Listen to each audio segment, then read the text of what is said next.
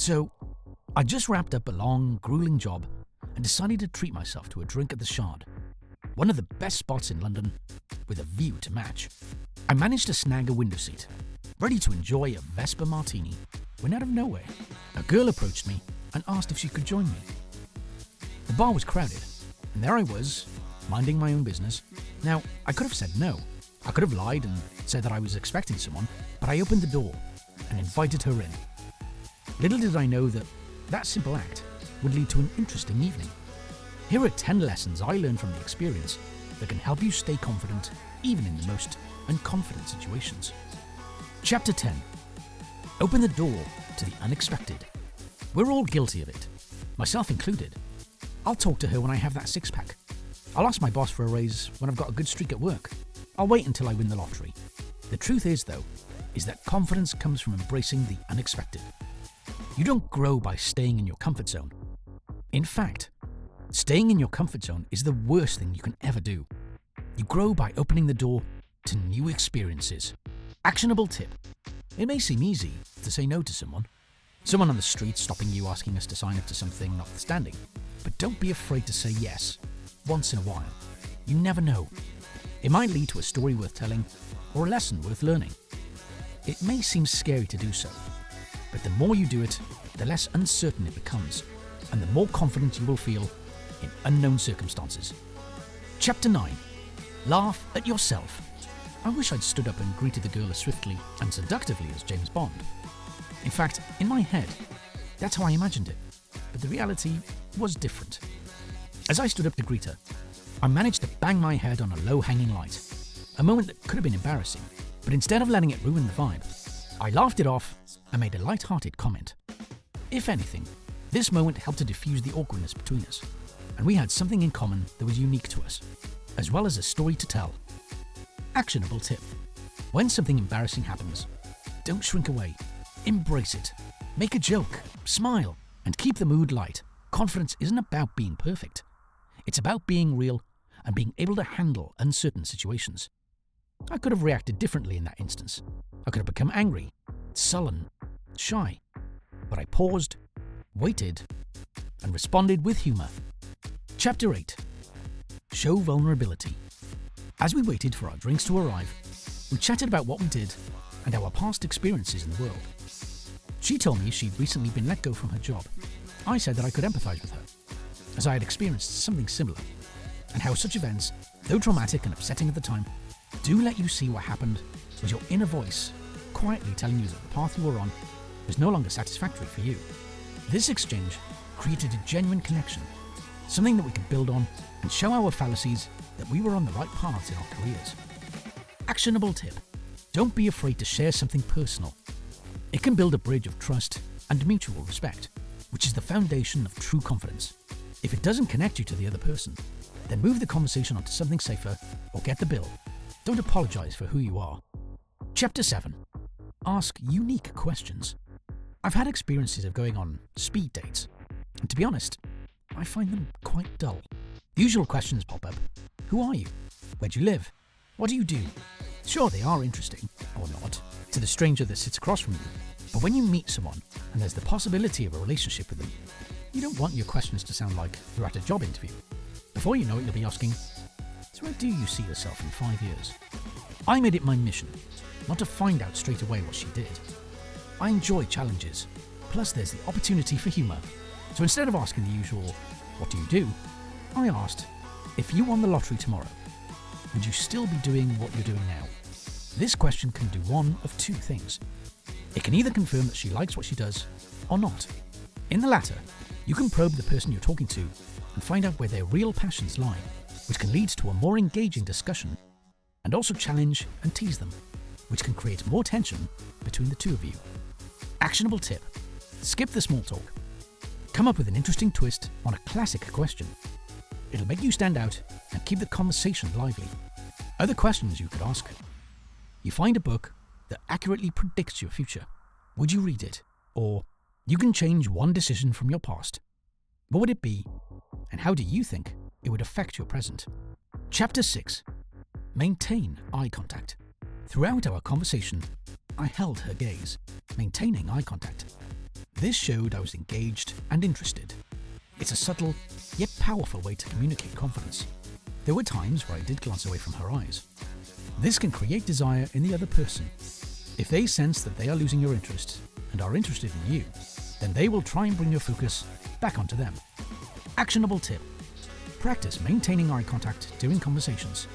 It may feel uncomfortable at first, but it's a skill that instantly elevates your presence and confidence. Chapter 5. Control your body language and tone. During our conversation, I paid attention to my posture, sitting up straight and taking up space. Over the years, I've learned that confident body language affects how you feel about yourself, not just how others see you. I was also mindful of my tonality.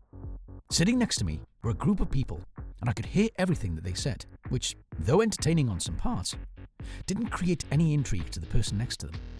There were times I was talking to the girl next to me that I deliberately lowered my voice.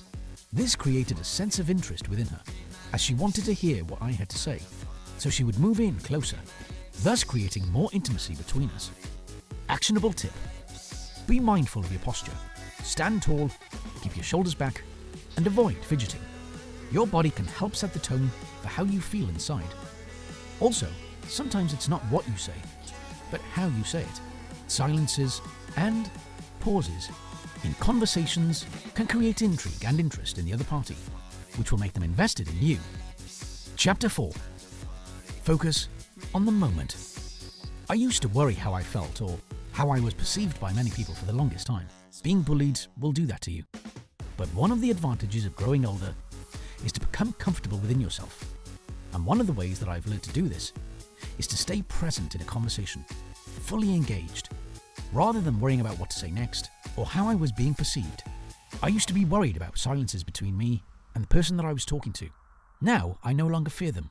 Think of silences as punctuation marks, subtext, the void to be filled with what could be said, but is left unsaid. And when the tension gets too much, undercut it with a statement or an observation. Actionable tip. Practice mindfulness in social settings. Listen actively. Respond genuinely. And let the conversation flow naturally. You'll feel more at ease, and so will everyone around you. Chapter 3. Embrace the awkward. I am quite a tactile person and always try and initiate the touch with someone. During the course of the conversation, I gently put my hand on the girl's elbow to reassure her about something that she'd done, or do a high five to congratulate her when she told me that she might be getting a promotion at the end of the year. The trick here is to never show that this is something that you don't normally do, and to be comfortable with it. People tend to tell you if they don't like the way that you are behaving, either through their body language. They'll either move away from you or brush off your hand, or they'll outright call it out and ask what you are doing. Awkward moments can happen in every conversation, but I didn't let them break the flow. If you are confronted with an awkward moment, either with what you said or did, then move on to another subject, but always be respectful of the other person. If they are uncomfortable with what you've said, then move on, but don't let it faze you. Embracing awkwardness is key to keeping your confidence intact. Actionable tip. When things get awkward, don't panic. Smile, acknowledge it, and keep going. It shows you're comfortable with imperfection, both yours and others. Chapter 2. Don't be afraid to ramp things up. I have to be honest with you.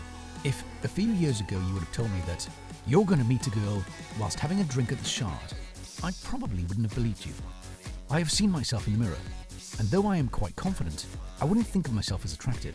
This is a flaw that I wrestle with on a daily basis. So don't think that I'm a perfect person. We're all a work in progress. One thing that I do struggle with from time to time is being stuck in the friend zone.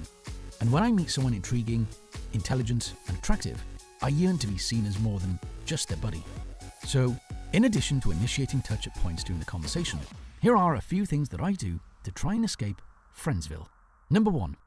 Push-pull. Give her a compliment, but add a negative to it.